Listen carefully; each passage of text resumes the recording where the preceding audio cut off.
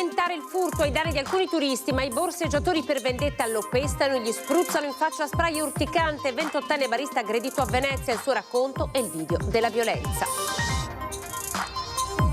Incendia l'impalcatura di un cantiere, poi lancia sassi contro i passanti e le vetrine. Protagonista un senza tetto straniero, paura ieri sera in zona stadio a Picenza. Uccise Giulia Rigon massacrandola di calci e pugni, confermati in appello i 21 anni di reclusione per Enric, che nel dicembre di 3 anni fa commise il terribile femminicidio in un camper a Bassano del Grappa. Il giorno dopo la confessione shock a Palazzo Ferrofini, le parole della consigliera regionale Silvia Cestaro: non è stato facile raccontare quanto ho subito, ma mi sono immedesimata in tante vittime. Aperto il bando per la realizzazione della terza corsia della 4 nel tratto di 25 km tra Sandona di Piave e Porto Gruaro entro aprile 2025, la presentazione delle offerte. Il sindaco di Napoli Gaetano Manfredi eletto nuovo presidente di ANCI nell'Assemblea Nazionale di Torino. Tra i 140 sindaci veneti presenti anche il numero 1 Mario Conte. Possibile nevicate su prealpi, zone collinari e pedemontana, la regione dirà, ma lo stato di attenzione dal pomeriggio di domani fino a venerdì mattina. Festa della Madonna della Salute domani dalle 9:45 su Antenna 3, la diretta della messa solenne presieduta dal patriarca Monsignor Francesco Moraglia.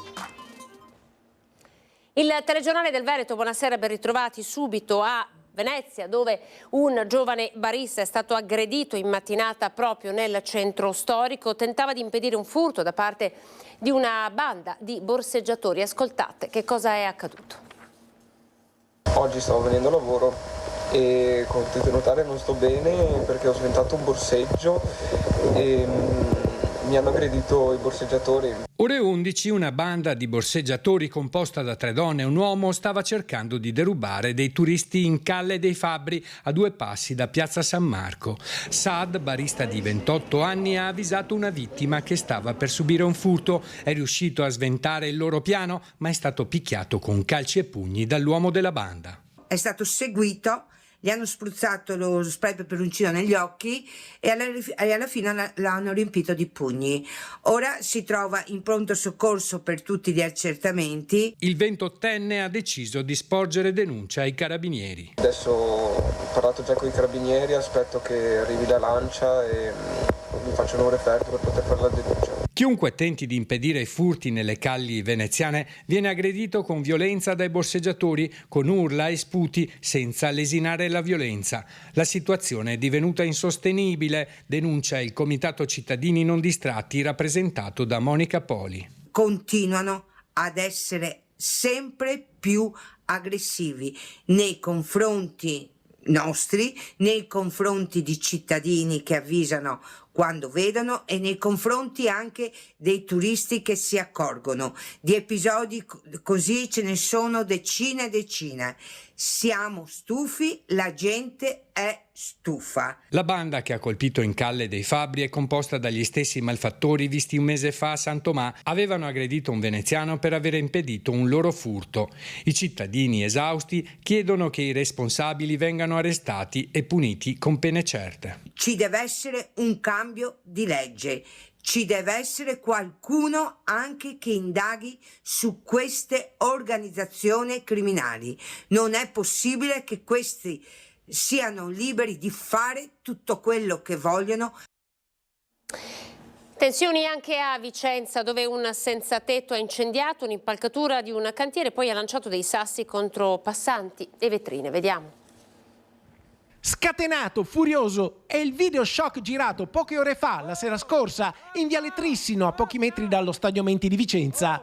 Uno straniero senza tetto rompe un vaso sul marciapiedi e, raccolti i cocci, li tira dall'altra parte della strada, colpendo una vetrina. Sono momenti di alta tensione, iniziati qualche ora prima, quando il senza tetto, abituato ad andare a dormire in un cantiere lì vicino, inavvertitamente, per scaldarsi con il fuoco, ha incendiato il telo di un'impalcatura. Arrivano i pompieri e spengono le fiamme. Sul posto accorrono anche i lavoratori del cantiere. Il senzatetto vuole tornare nel suo giaciglio di fortuna, ma quella è un'area privata e gli sarebbe stato impedito. E non volevano che rientrasse dentro al loro cantiere e le ha cominciate a prendere a sassi, è uscito anche un coltello. Ha tirato fuori anche un coltello. Ecco, vediamo tra l'altro il video con le immagini che documentano quello che è accaduto in quegli attimi di tensione qui in Viale Trissino, e poi le pietre lanciate contro la sua vetrina. Vedete, guardate, qui c'è il danno che è stato procurato a questo vetro. Sì, le ha sfondato questa vetrina. Ha cominciato a tirare sassi, poi passata la pattuglia hanno chiamato un'altra volante della polizia e se lo sono portato in commissariato e io sono venuto qua. Stamattina che cosa è successo poi quando sono tornati gli operai nel cantiere? Che stamattina alle 7:15 gli operai sono venuti a fare colazione al mio bar, poi sono andati in cantiere per iniziare i lavori e l'hanno trovato che ridormiva di nuovo dentro il cantiere. Il senzatetto è un personaggio conosciuto nel quartiere, puntualmente violerebbe la rete di recinzione del cantiere per trovare riparo. In realtà le strutture per ospitare chi non ha casa ci sono, le mettono a disposizione il comune e le associazioni di carità, ma ci sono delle regole da seguire. Alcuni senzatetto preferiscono invece dormire all'addiaccio e in certi casi producono quel degrado che poi i cittadini percepiscono e denunciano. Abbiamo una paura a chiudere la sera, in effetti non chiudo mai io da solo. Capisco la difficoltà anche dell'amministrazione nel gestire i senzatetto, i tossici e tutto ciò che sta girando per Vicenza, però se il caso è singolo come in questo frangente sarebbe giusto che l'amministrazione si prendesse in carico il caso di questo individuo, perché è chiaro che questa persona abbia dei gravi problemi. La cronaca giudiziaria, siamo a Bassano del Grappa, confermati in appello 21 anni di reclusione per l'assassino di Giulia Rigon. Femminicidio di Giulia Rigon, la 31enne originaria di Asiago, massacrata di botte dal compagno. 21 anni di reclusione per Enrique Cappellari, decisi in appello a Venezia, confermando la sentenza di primo grado della Corte d'Assise del Tribunale di Vicenza, riconoscendo il 31enne come l'assassino della donna. La tragedia si era consumata la notte tra il 18 e il 19 dicembre del 2021, nel camper dove viveva Cappellari, parcheggiato in una piazzola di via Capitelvecchio, una laterale interna della Valsugana a Bassano. L'uomo si era avventato con brutalità estrema sulla giovane, colpendola con calci, pugni, anche con un grosso anello dopo una lite. Un'aggressione talmente violenta che le provocò ferite mortali. Era stato proprio Cappellari a chiamare, qualche ora dopo il decesso di Giulia Rigon, i soccorsi, spacciando l'accaduto come la conseguenza di una caduta della giovane. Ma questa storia non aveva retto. Per Cappellari era scattato l'arresto, l'autopsia aveva mostrato un quadro drammatico che incastrava inequivocabilmente l'assassino di Giulia Rigon. Per lui il verdetto d'appello, quindi, dopo che la pubblica accusa ne aveva richiesto l'ergastolo, che ha confermato la condanna a 21 anni di carcere. La violenza nei confronti delle donne, le parole di Silvia Cestaro all'indomani delle dichiarazioni rese in Consiglio regionale. L'ho fatto per lanciare un messaggio alle donne che subiscono violenza e hanno paura. Sentiamo le sue parole. Non è stato facile, ma era l'occasione per riuscire a scuotere un pochino anche le coscienze, per riuscire a dare forza alle donne che magari in questo momento sono indecise, sono dubbiose se parlare, sono spaventate soprattutto, e anche nel riuscire a far capire che forse tanti luoghi comuni non sono proprio corretti, no? Sfatare tutti quegli stereotipi che molto spesso ci circondano. Questo ha spinto la consigliera 52enne, ex sindaco di Selva di Cadore, Silvia Cestaro, a raccontare davanti al Consiglio regionale, nel giorno dell'istituzione dell'Osservatorio contro la violenza sulle donne, la sua personale scioccante esperienza vissuta a 15 anni. È difficile dirlo, ma io questa cosa l'ho vissuta di persona quando ero una ragazza. Scusate, quindi so cosa vuol dire la violenza. Lo so perché ti arriva inaspettata, ti arriva da chi non ti aspetti, da chi ti sta vicino, e ti arriva dalle persone che dovrebbero difenderti. Una confessione che ammutolisce l'aula e con uno scopo ben preciso, frutto di un'attenta riflessione. Quasi un atto dovuto, dice Cestaro, per chi ha paura o ancor peggio si sente in colpa nel subire violenza e non ha coraggio di denunciare, proprio come accadde a lei. Erano altri tempi, io avevo 15 anni, insomma era un periodo completamente diverso, era un periodo in cui tante cose erano considerate lecite, lo stesso reato di violenza sessuale non era come è gestito adesso e come con gli stessi tipi di condanne che abbiamo ora, ma anche il fatto di dover affrontare poi tutta quanta un mondo mediatico che non è sensibile come quello di adesso, cioè, non dimentichiamoci che la donna comunque veniva sempre colpevolizzata, non veniva quasi mai creduta. Le stesse forze dell'ordine hanno fatto un'evoluzione importantissima in questi anni proprio nell'approccio. Bisogna far cadere tutti quegli stereotipi che ci fanno pensare che l'orco sia lo sconosciuto, la persona non meglio identificata. Molto spesso invece è proprio chi ci sta vicino. C'è ancora strada da fare però, evidenzia Cestaro nel commentare la dichiarazione del collega Valdegamberi durante l'istituzione dell'osservatorio, definito roba che puzza di ideologia, mentre le colleghe abbandonavano l'aula. Dispiace che si banalizzi tutto, che si faccia tutto quanto al minimo comune denominatore. La violenza contro le donne c'è, va urlato a piena voce, perché queste cose vanno dette, piaccia o non piaccia. La terza corsia della A4 nel tratto tra Porto Gruaro e San Stino di Livenza, ci siamo, è stato approvato il bando da 870 milioni di euro per la realizzazione.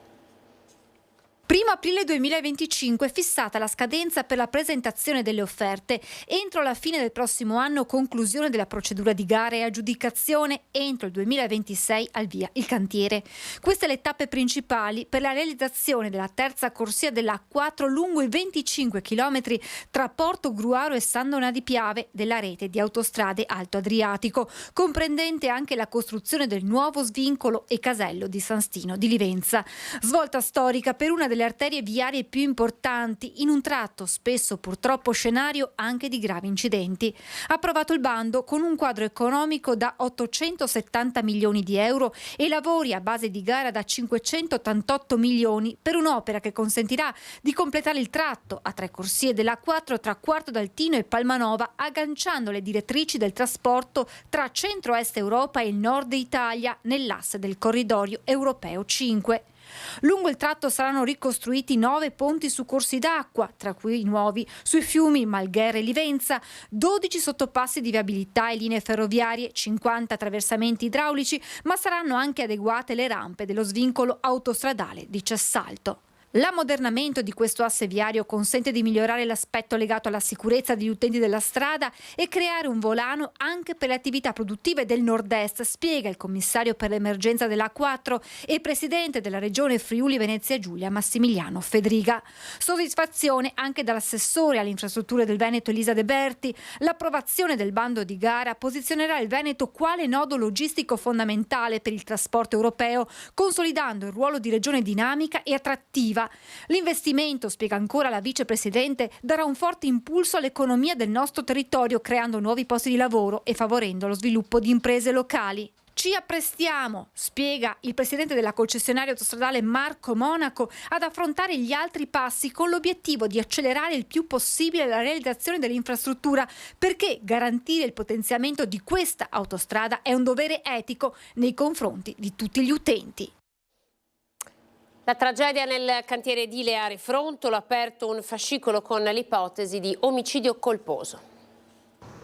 I lavori sono stati sospesi fino al termine delle indagini. Nel cantiere edile dove è morto Marino Gazzola, 69 anni, solo il dolore per una tragedia che ha sconvolto la comunità. L'operaio, che era tornato a lavoro dopo un periodo di malattia, aveva subito un intervento all'anca, era in pensione ma aveva scelto comunque di continuare a lavorare per l'impresa dove aveva trascorso una vita da operaio edile.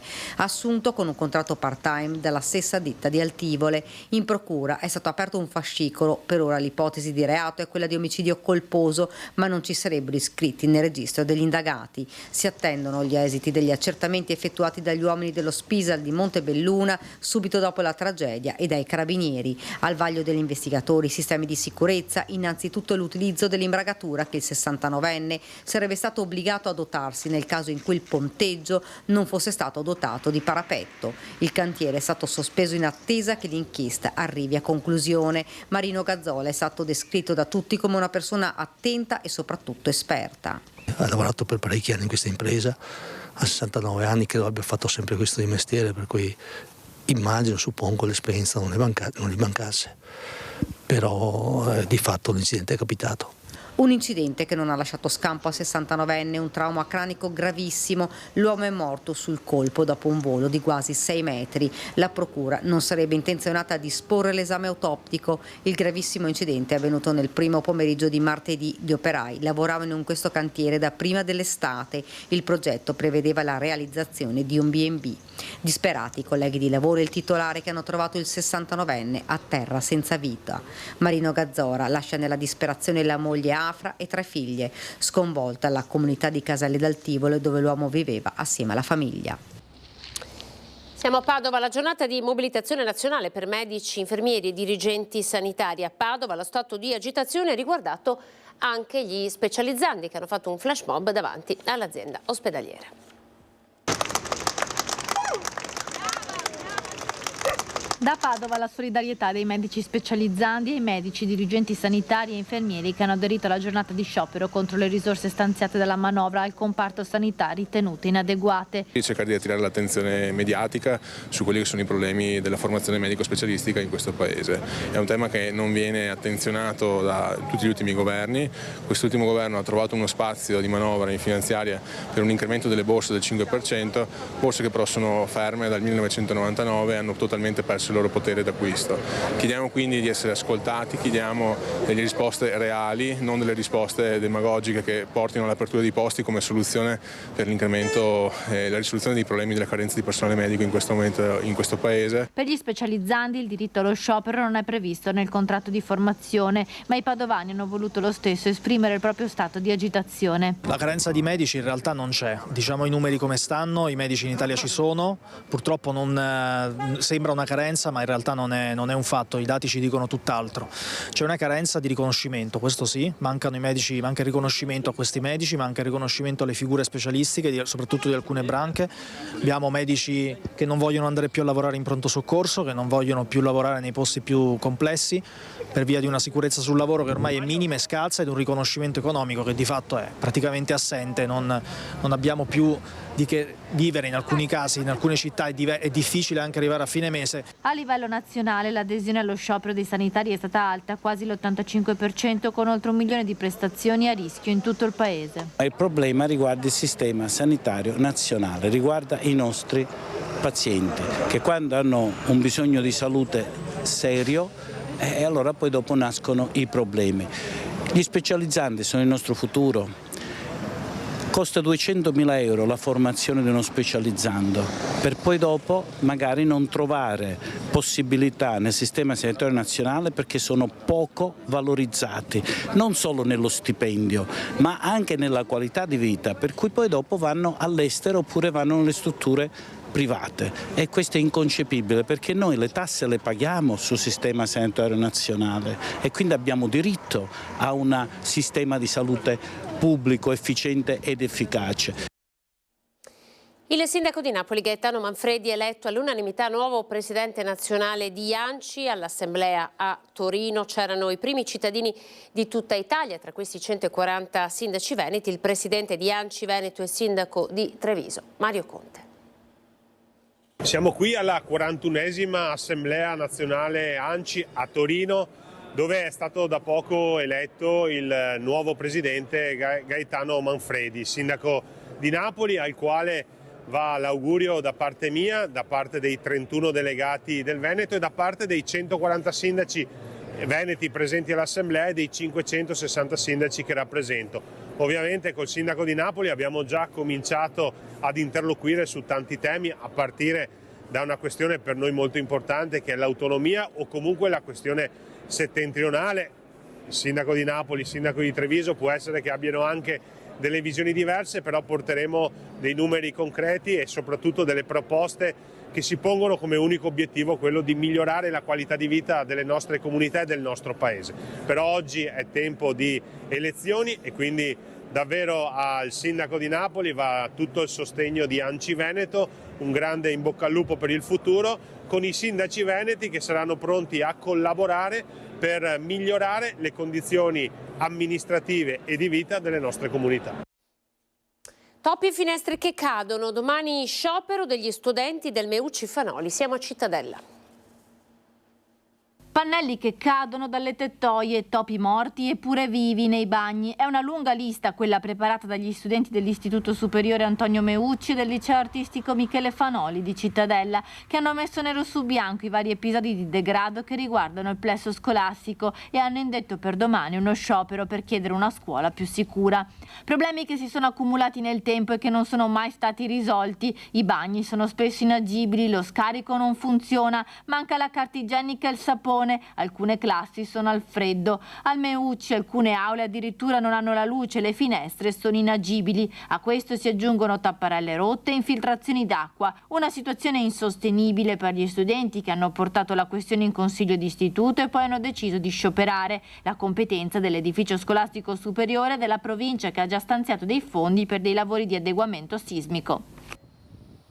Attenzione, la Regione del Veneto ha dichiarato lo stato di attenzione per nevicate da riconfigurare a livello locale in fase operativa di preallarme o allarme dalle 16 di domani alle 6 di venerdì per le valli prealpine, la pedemontana e le zone collinari. Le previsioni meteorologiche indicano tra il tardo pomeriggio di domani e le prime ore di venerdì modeste precipitazioni con neve fino a bassa quota in montagna fino ai fondovalle, prealpini altrove fino a quote collinari 200-500 metri. Ci siamo, domani Antenna 3 seguirà in diretta a partire dalle 9:45 le celebrazioni per la festa della Madonna della Salute. A Venezia alle 10 ci collegheremo con la Basilica per la messa solenne presieduta dal Patriarca Monsignor Francesco Moraglia, che trasmetteremo integralmente. L'appuntamento dunque inizia domani alle 9:45 su Antenna 3. È tutto per questa edizione del Telegiornale del Veneto, siamo in chiusura, dopo di noi c'è il meteo. Grazie per essere stati in nostra compagnia, arrivederci.